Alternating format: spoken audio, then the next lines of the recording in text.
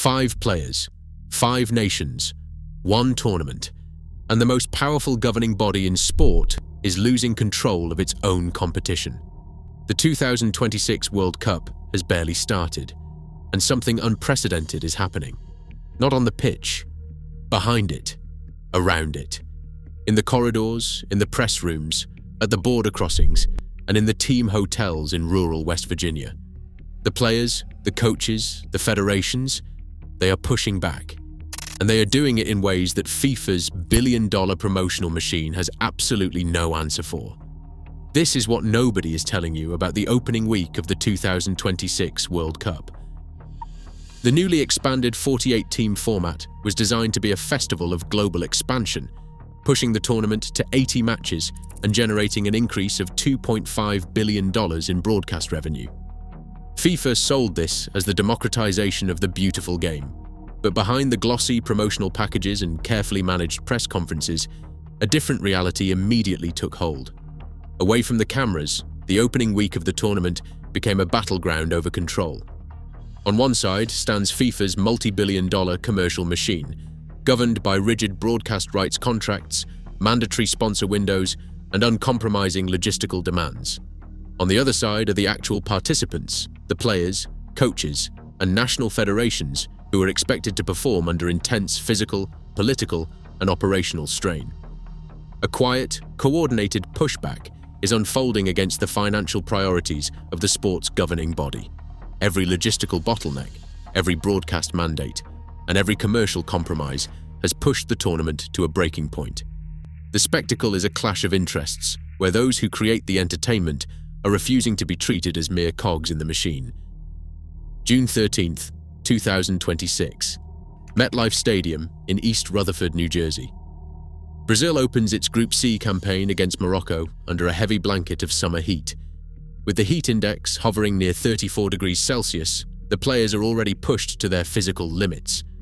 On the pitch, Morocco strikes first. In the 21st minute, Ismail Sabari exploits a gap in the Brazilian defense to put the underdogs ahead.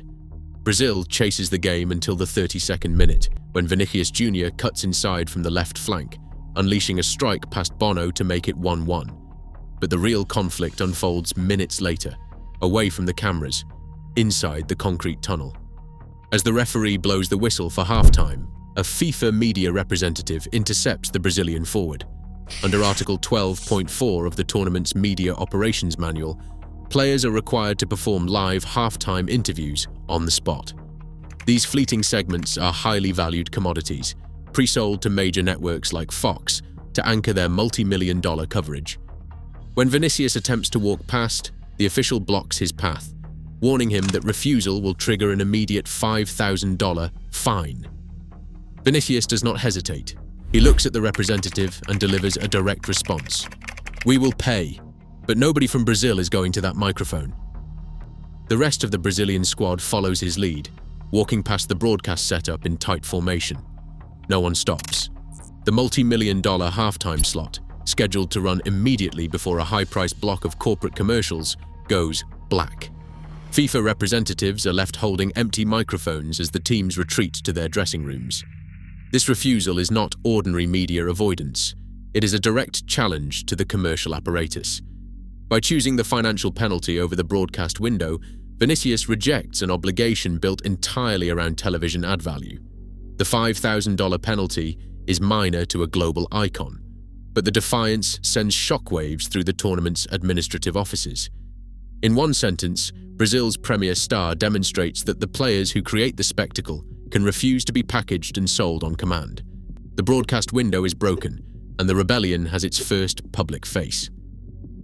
Hours before the first kickoff, a PDF document was sent directly to Dr. Michel Gonzalez at FIFA's Player Welfare Department. This was not a routine union memo. It was a formal strike against the physical conditions of the tournament, signed by 73 players across 12 national federations. The document targeted FIFA's newly designed hydration protocol. Under the official regulations, players halted in the 22nd minute of each half for exactly 3 minutes. The players argued this static timeline was a structural compromise, prioritizing broadcast slots over human biology. The 73 signatories demanded 3 specific policy-level reforms. First, they wanted the 3-minute pauses extended to 6 minutes.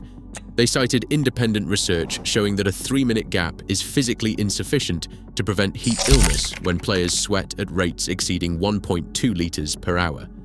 Second, they demanded that breaks be triggered only when the local thermal heat index exceeded 80, replacing the rigid, pre-scheduled breaks with a flexible, environmental trigger.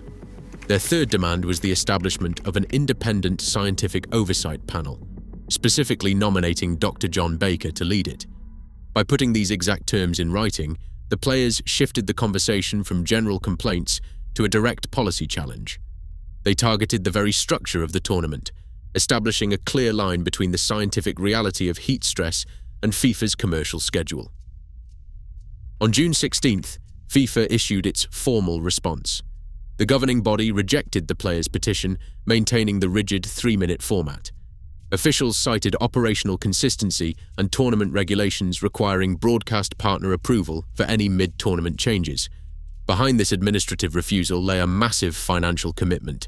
Fox Sports, holding the US broadcast rights, had built $250 million of ad inventory directly into these scheduled pauses. Each 3-minute gap in play served as a highly monetized slot, bringing in up to $12 million per match in the North American market. By tying the cooling breaks to a static clock rather than local temperature readings, the governing body converted a medical necessity into a predictable commercial window. Player welfare and television ad scheduling became indistinguishable. Despite their formal protest, the players had no recourse.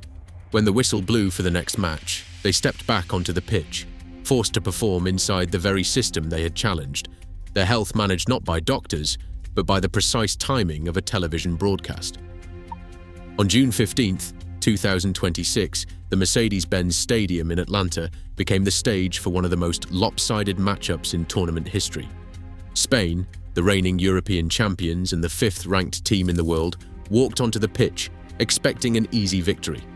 Their opponents, Cape Verde, represented an island nation of just 560,000 people, appearing in only their 2nd World Cup. On paper, it was a routine fixture designed to ease a global giant into the expanded tournament. Instead, the match unfolded as an intense display of defensive discipline. From the opening whistle, Spain dominated possession, moving the ball with the rapid precision of a squad built on elite talent. But Cape Verde's defensive organization was total.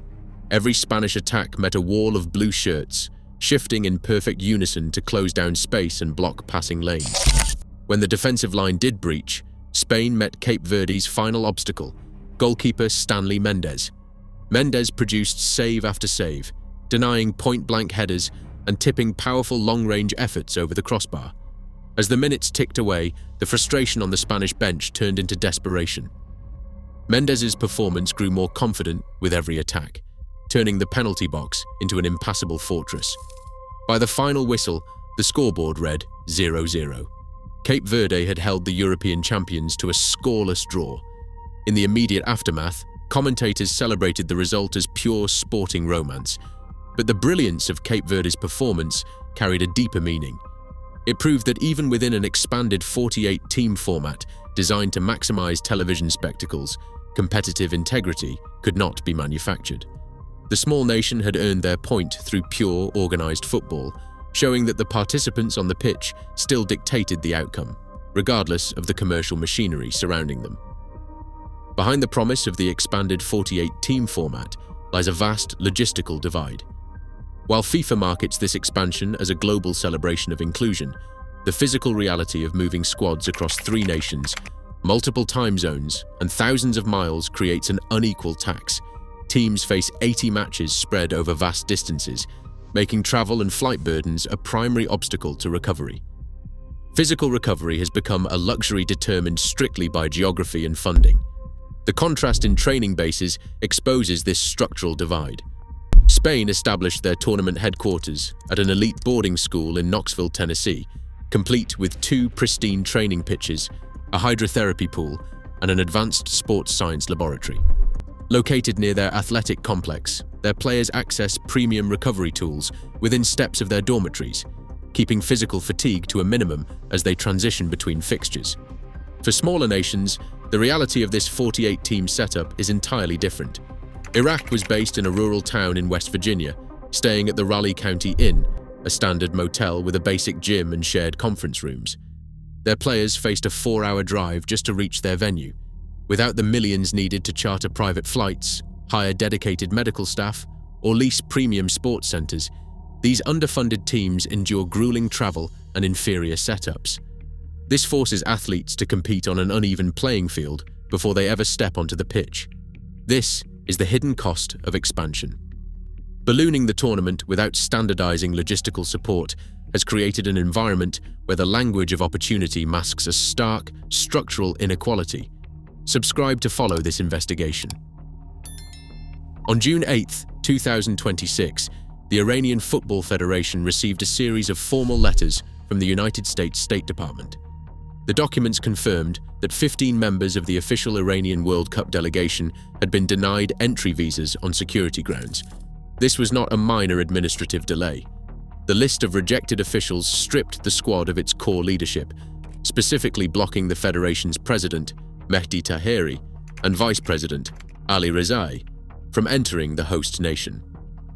4 days later, on June 12, 2026, a second institutional barrier was erected. FIFA officially revoked the ticket allocation for 5,000 Iranian supporters, citing unspecified logistical constraints. For the federation, these dual actions transformed what it meant to participate in a global tournament. The decisions effectively isolated the team from both its administrative heads and its traveling fan base before the opening whistle even blew. Rather than a neutral sporting celebration, the federation publicly documented these visa denials and ticket revocations as targeted institutional exclusion, turning their very presence in North America into a struggle against geopolitical borders. Banished from overnight stays in the host nation, the Iranian team established an improvised base in Mexico, sleeping at a hotel in Tijuana under armed guard. On match days, the players crossed the international border into California, clearing checkpoints like commuter laborers before traveling directly to SoFi Stadium. Inside the arena, the isolation was total. With their federation leaders barred from entry and 5,000 fans stripped of their tickets, the squad walked out to face silent stands. No sporting officials sat in the VIP boxes to advocate for them. No sea of national flags greeted them. Yet, they took the field. Following the whistle, a directive forced the team back across the border immediately, preventing even a basic recovery session on American soil. Under these conditions, physical recovery became impossible. For a squad cut off from its leadership and its people, the act of showing up was no longer just about football. Crossing the border to play had become a quiet, physical act of defiance against a system that tried to make them invisible. Yet, despite the administrative pressure, the game on the pitch refuses to be entirely suffocated by the machine. The sheer unpredictability of football still breaks through. On the grass, Vinicius Junior's curling equalizer against Morocco remains a flash of pure brilliance. In Atlanta, Cape Verde's scoreless draw against Spain proves that resilience cannot be manufactured or pre-packaged. Elsewhere, smaller nations carve out their own history. Scotland defeats Serbia 2-1, securing their first World Cup victory in 36 years. Meanwhile, Qatar holds South Korea to a 0-0 draw, earning their first ever tournament point. Even as the structural strains of this expanded format become visible, the sport still delivers beauty, surprise, and history, written by the players themselves. These separate flashpoints, a silent walk past a microphone in New Jersey, a clinical hydration protest, an underfunded island holding off a titan, and a squad crossing an international border under armed guard, reveal the exact same friction point. The gap between the polished tournament FIFA sells to sponsors and the harsh logistical reality the participants actually endure is now completely exposed. At its core, the struggle is about power. It is about who owns the spectacle, who dictates the rules of physical recovery, and who directly profits from the physical toll of 90-minute matches. This is a direct clash of values, where millions in advertising revenue must constantly be balanced against the limits of human endurance. Historically, the governing body has successfully absorbed dissent, treating protests as temporary public relations crises to be managed with fines and quiet concessions. But as the tournament expands to 48 teams and 80 matches, the pressure inside this multi-billion-dollar commercial engine is reaching a tipping point. Whether this opening week represents a temporary flare-up or the beginning of a systemic breakdown remains to be seen. Subscribe to follow this investigation. The lines are drawn. By refusing to stay silent, the players have exposed the cracks in football's ultimate machine. The question is no longer who wins the trophy, but who actually controls the game. If the stars reclaim their power, FIFA's billion-dollar illusion collapses. Is this the start of a true revolution, or is the machine simply too big to break? Subscribe for more investigative sports documentaries.